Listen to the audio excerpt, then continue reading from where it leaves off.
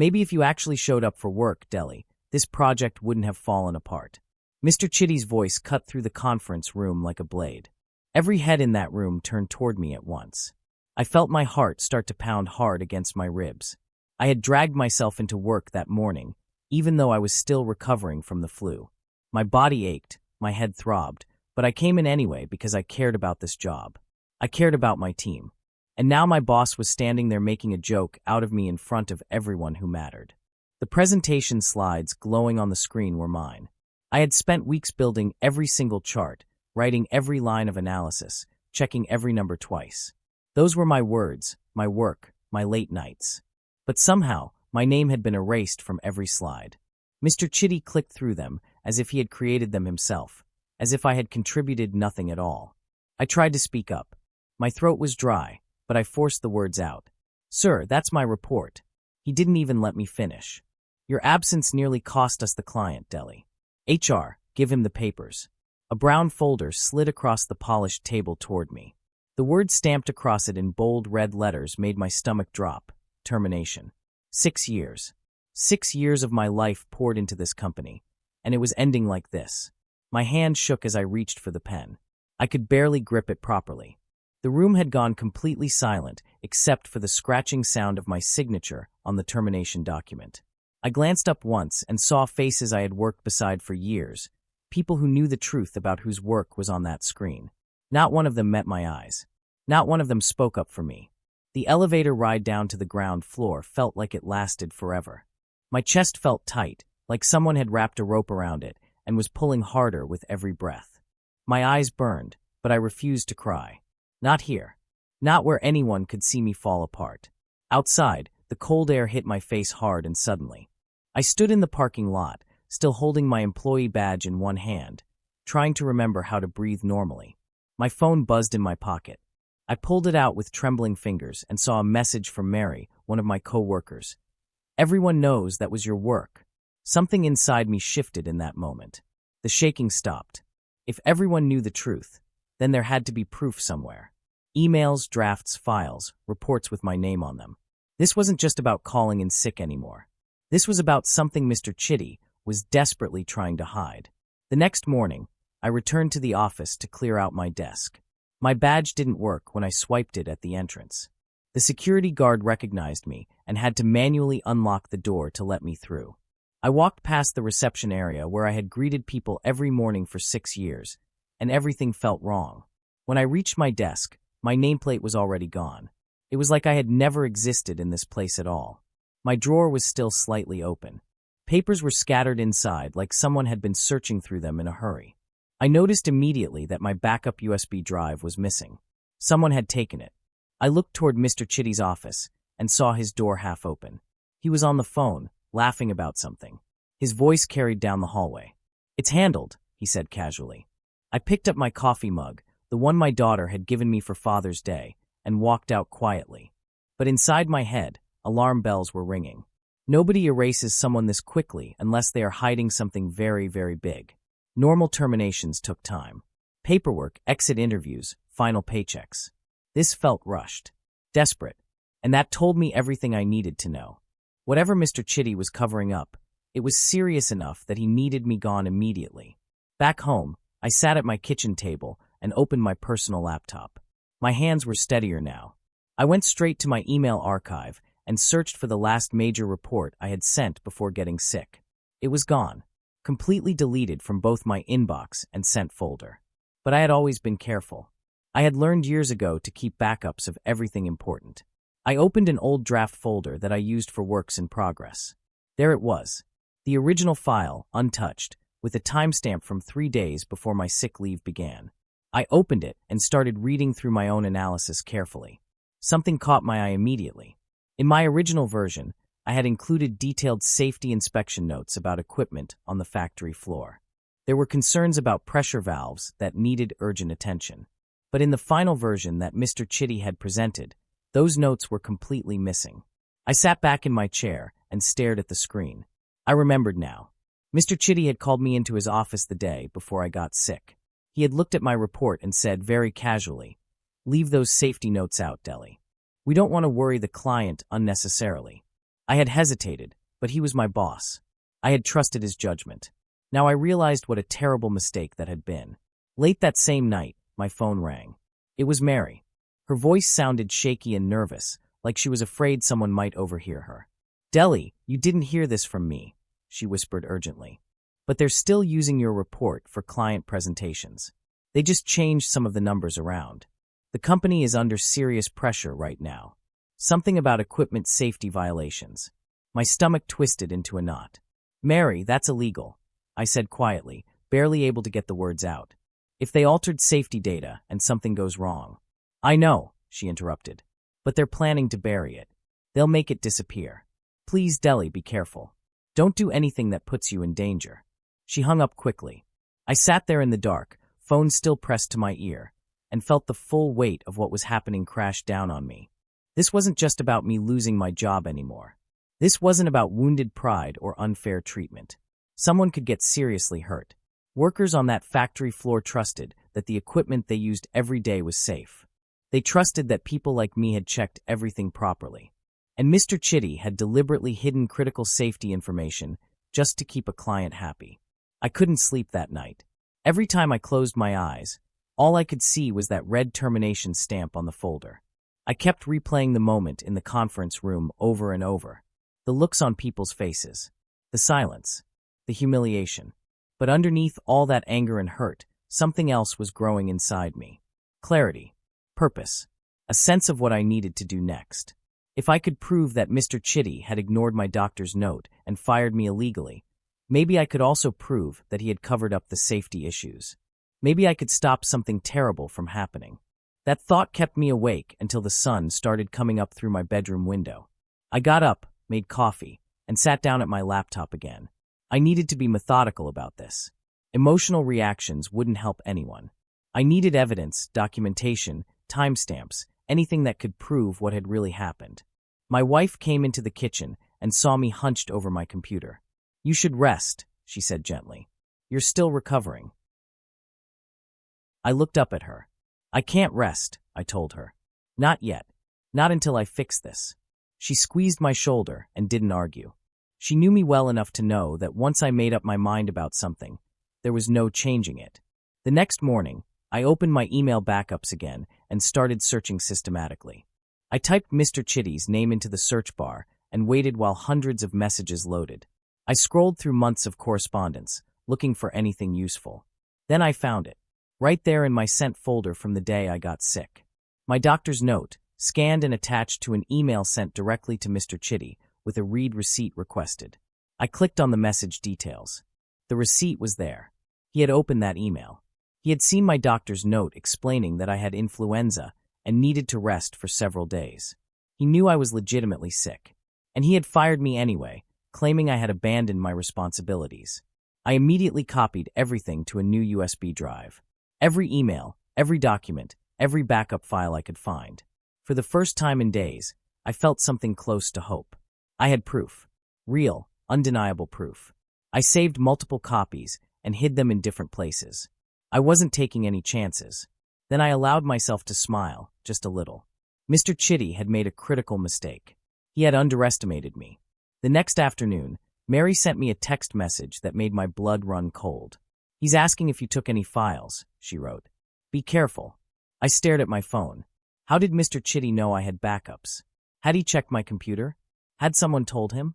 I typed back quickly, trying to sound casual. "No, why would I take anything?" Her response came seconds later. "He's nervous, Deli. Really nervous.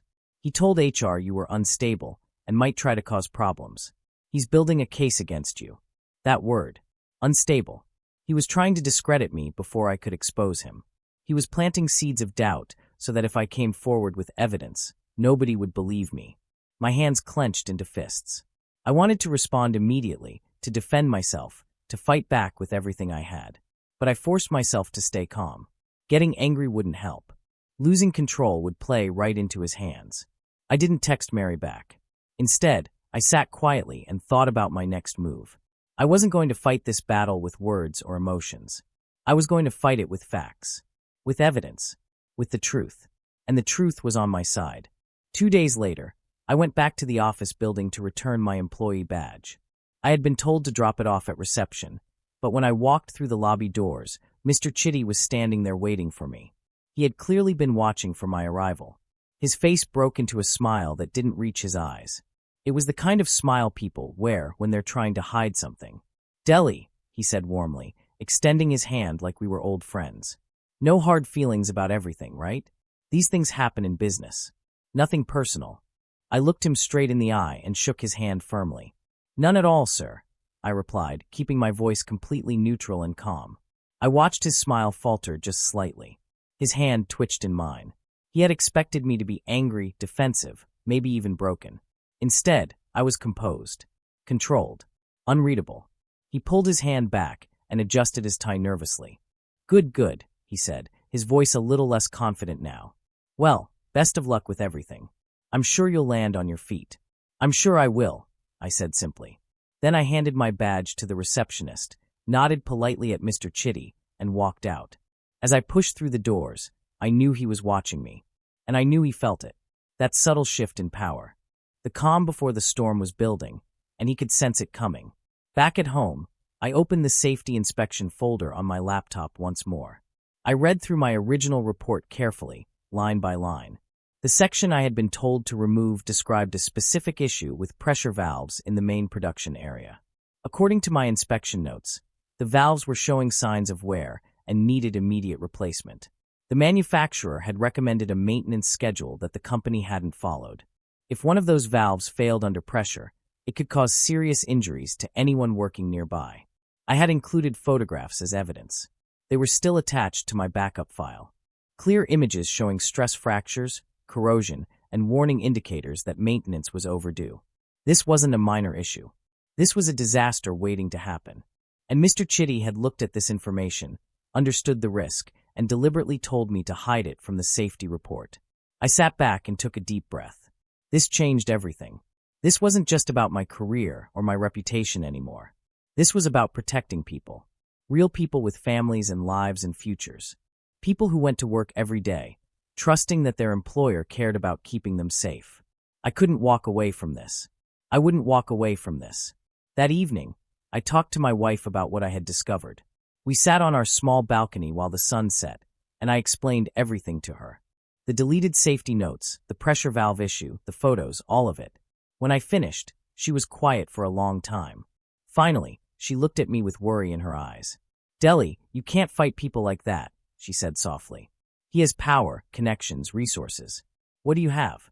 You're unemployed now. If you go after him, he'll destroy you. He'll make sure you never work anywhere again." I understood her fear. She was trying to protect me, protect our family. But I had already made my decision. I reached over and took her hand. "I'm not fighting him," I told her.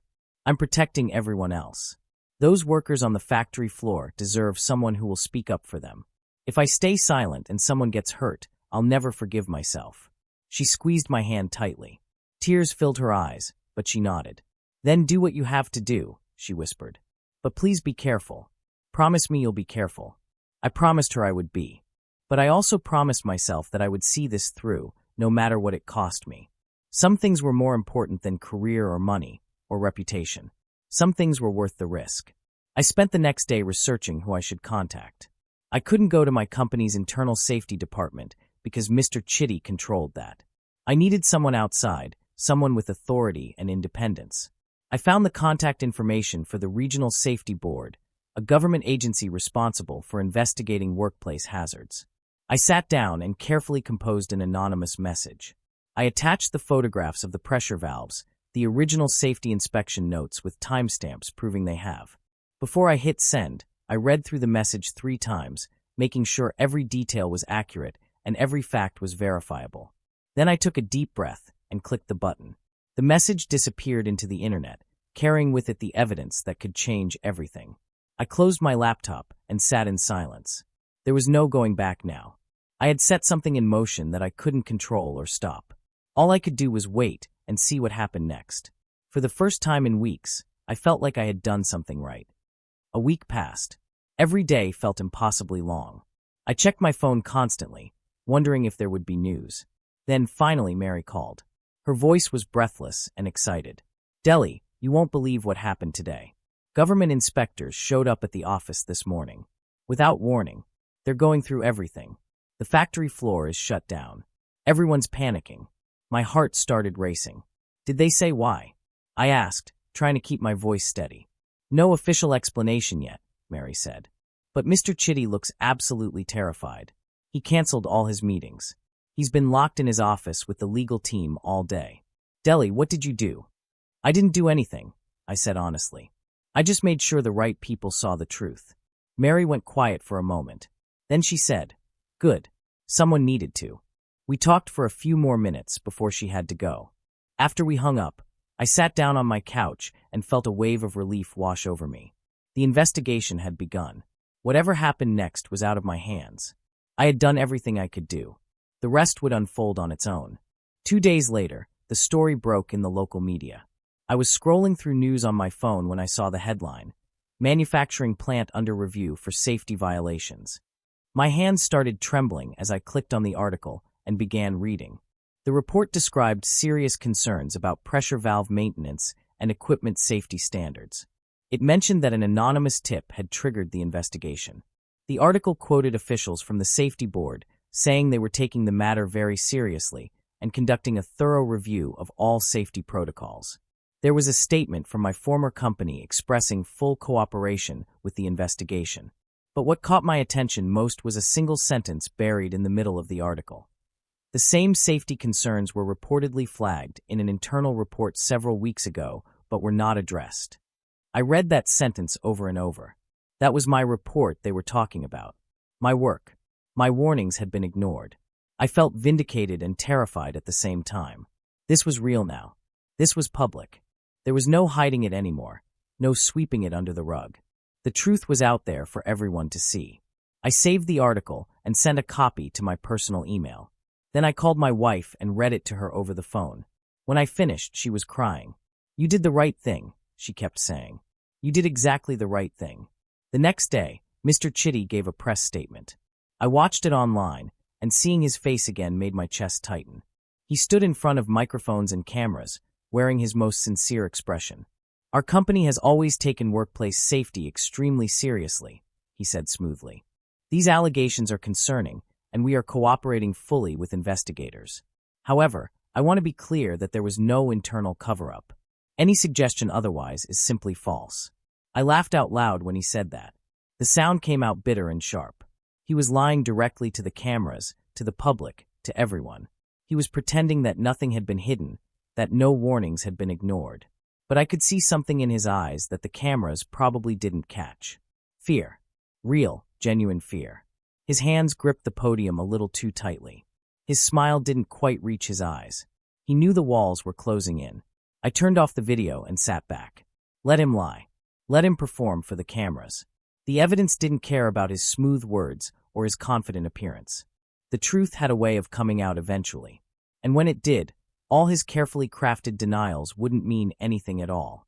I just had to be patient and let the process work. A few days later, an official letter arrived in my mailbox. The return address was from my former company's HR department. My hands shook slightly as I opened it. Inside was a formal notice on company letterhead. We are reopening your termination case, it read. Recent developments have raised questions about the circumstances of your dismissal. Please contact us at your earliest convenience to schedule a meeting to discuss your employment status. I read the letter 3 times, hardly believing what I was seeing. They were reopening my case. After everything that had happened, after the public humiliation, and the way they had erased me from the company like I never existed, they wanted to talk to me again. I folded the letter carefully and placed it on my kitchen table. Then I allowed myself to smile. The tables were turning. Justice was slow, but it was coming. I could feel it. I called the HR number listed in the letter and scheduled a meeting for the following week. The woman on the phone was polite and professional, completely different from the cold treatment I had received when I was fired. She apologized for the short notice and assured me that the company wanted to address my concerns properly. I thanked her and hung up. Then I sat down and started preparing exactly what I was going to say in that meeting. The review meeting took place in a conference room I had been in hundreds of times before. But everything felt different now. I sat across from 3 members of the company's board of directors, people I had only ever seen from a distance at company events. They asked me to explain what had happened from my perspective. I had prepared carefully for this moment. I walked them through everything methodically. I showed them the original safety report with timestamps proving when I had created it. I showed them the email with my doctor's note and the read receipt proving Mr. Chitty had seen it. I explained how I had been told to remove the safety concerns from the final version of the report. I presented photographs of the pressure valves and maintenance records showing that the equipment was overdue for service. I kept my voice calm and steady throughout. I didn't get emotional or angry. I just presented facts, one after another, letting the evidence speak for itself. When I finished, the room was completely silent. The 3 board members looked at each other. Finally, one of them, an older man with gray hair, spoke quietly. "Mr. Deli, you did the right thing. We're deeply sorry for what you've been through." Those words meant more to me than he could possibly know. I nodded and thanked him. We talked for another hour about next steps and procedures. When the meeting ended, I walked out of that building feeling lighter than I had in months. Over the next few days, news continued to spread through the company. Mary kept me updated with phone calls and text messages. Workers on the factory floor had learned about the pressure valve issue. Many of them were frightened and angry. They had been working near equipment that could have failed catastrophically at any moment, and their employer had known about it and done nothing. Investors were demanding answers. Clients were asking questions about safety standards and quality control. And Mr. Chitty? He had stopped coming into the office altogether. Mary told me he was working from home, supposedly dealing with personal matters. But everyone knew what was really happening. He was hiding. He couldn't face the people he had put at risk. He couldn't answer the questions he knew were coming. I felt no satisfaction in his downfall, no joy in watching him suffer. I just felt tired. Tired of all the lies and cover-ups and corporate games. Tired of watching people choose profits over safety, convenience over truth. All I had wanted was to do my job honestly and go home to my family at the end of each day. But that simple desire had led me here, to this moment, where everything had fallen apart and was slowly being rebuilt. Then came the announcement that changed everything. The company issued a formal press release stating that Mr. Chitty had been suspended pending the outcome of the internal and external investigations. The statement was brief and professional, saying nothing about specifics, but making it clear that serious concerns had been raised about his conduct and decision-making. When Mary called to tell me, I closed my eyes and felt 6 years of fear and silence lift from my chest. It felt like I could finally breathe properly again. Justice wasn't complete yet, but it was happening. The man who had humiliated me, who had stolen my work, who had risked people's lives for his own convenience, was finally facing consequences. My wife hugged me tightly when I told her the news. "It's over," she whispered. "You can let it go now." But I shook my head.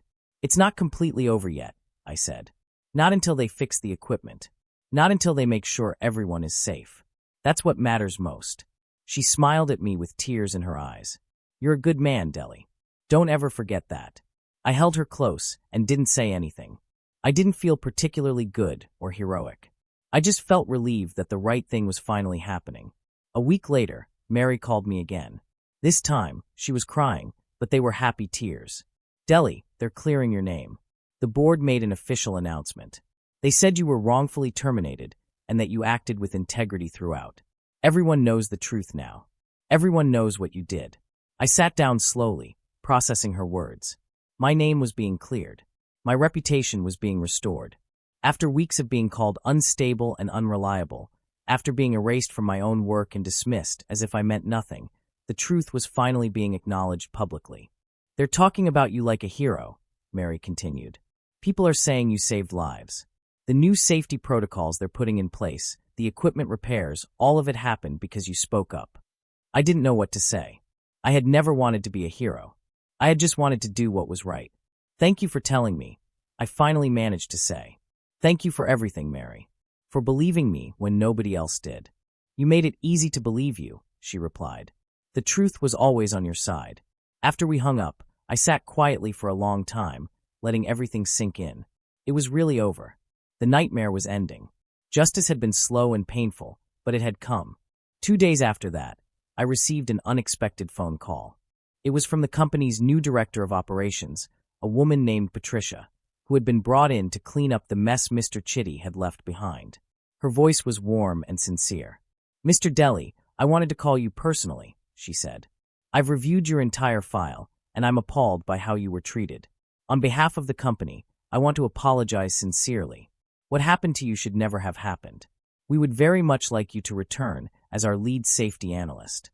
The position comes with a significant raise and a formal apology from the board." I was quiet for a moment, considering her offer carefully. It was generous. It was fair. It was everything I could have hoped for weeks ago. But something inside me had changed. I had learned that I didn't need this company's validation anymore. I had proven my worth to myself, and that was enough. "Thank you, Patricia," I said finally. "I genuinely appreciate the offer and the apology, but I've decided to move forward in a different direction. I'm ready for a new chapter." She was silent for a moment, then said, "I understand completely, but if you ever change your mind, the door is open. What you did took real courage." I thanked her again and ended the call. Then I smiled to myself. Moving on felt right. It felt like freedom. That evening, my wife and I sat together on our small balcony, watching the sun set over the city. The air was cool and peaceful. She reached over and took my hand. "You didn't just win, Deli," she said softly. "You changed something. You made things better for people you'll never even meet." I thought about her words carefully. She was right. The new safety protocols, the equipment repairs, the culture shift toward transparency and accountability, all of that would protect workers for years to come. People would go home safely to their families because someone had finally spoken up. "I'm proud of you," she continued. "Not because you won or got revenge, but because you stayed true to yourself even when it cost you everything." I squeezed her hand and nodded. For the first time since this whole ordeal began, I felt genuinely at peace. The anger was gone. The fear was gone. All that remained was a quiet satisfaction that I had done what needed to be done, regardless of the personal cost. The world felt still and right again, like everything had finally settled into its proper place. I could move forward now without looking back. About a week later, something strange happened. I received a text message from an unknown number. There was no name, no introduction, just 3 simple words. "You were right." I stared at my phone for a long time. I didn't need to ask who had sent it. Somehow, I just knew. It was Mr. Chitty. Perhaps his lawyer had advised him to reach out. Perhaps his conscience had finally caught up with him. Perhaps he was trying to make amends in some small way. Whatever his reason, those 3 words felt significant. I thought about responding, about saying something profound or forgiving or angry. But in the end, I simply deleted the message. There was nothing I needed to say to him. No closure I needed from that conversation. He would have to live with his choices and their consequences. That was between him and his own conscience. I had my own path forward to focus on. My wife asked me later if I had heard anything from him. I told her about the message. "Did you respond?" she asked. I shook my head. "There was nothing to say," I explained. "Some apologies come too late. Some bridges burn completely. That's just how life works sometimes." She nodded, understanding immediately what I meant. A month after everything happened, I started my new job. It was with a smaller company, but one with a reputation for honesty and integrity. On my first day, the CEO himself came to welcome me. He shook my hand firmly and looked me directly in the eye. "We value integrity here, Deli," he said. "We've followed your story, and we believe you're exactly the kind of person we want on our team. People who do the right thing even when it's difficult." Those words meant more to me than any salary or title or benefits package. This company wanted me specifically because of what I had done, not in spite of it. They saw my actions as a strength, not a liability. I felt something inside my chest loosen and relax. I was finally in a place where my values aligned with my employer's values. That feeling was worth more than anything my previous company could have offered me. My new colleagues welcomed me warmly. They had heard about what happened and treated me with respect and kindness. There was no judgment, no awkwardness, just genuine appreciation for someone who had stood up for what was right. I settled into my new role quickly and found myself enjoying work again. The stress and fear that had defined my last months at the old company were completely gone. I could breathe freely here. Now, looking back on everything that happened, I realized something important. I'm actually glad I took that sick day. It sounds strange to say, but it's true. That single decision to follow my doctor's orders and rest when I was ill set everything else in motion. It cost me my job initially, yes. It caused stress and fear and uncertainty. But ultimately, it gave me something far more valuable. It gave me my voice back. When people ask me now how I managed to stay calm through everything, how I found the courage to stand up against someone with so much power, I tell them the truth. Sometimes the best revenge isn't fighting or scheming or trying to destroy someone. Sometimes the best revenge is simply letting the truth speak for you. Truth has its own power, its own weight, its own way of cutting through lies and deception. I learned that I didn't need to be loud or aggressive or dramatic. I just needed to be honest, patient, and thorough. I needed to document everything, gather evidence, and trust that eventually the right people would see it and act on it. Justice moves slowly sometimes, but it does move. Good people do exist in positions of authority, and they will do the right thing when presented with clear facts. My daughter asked me recently if I regretted anything. I thought about it carefully before answering. I regret the pain it caused your mother, I told her. I regret the sleepless nights and the stress. But I don't regret standing up for what was right. I'd make the same choice again if I had to. She smiled and hugged me. I'm glad you did it, Dad. You showed me what integrity actually looks like. That moment made everything worthwhile.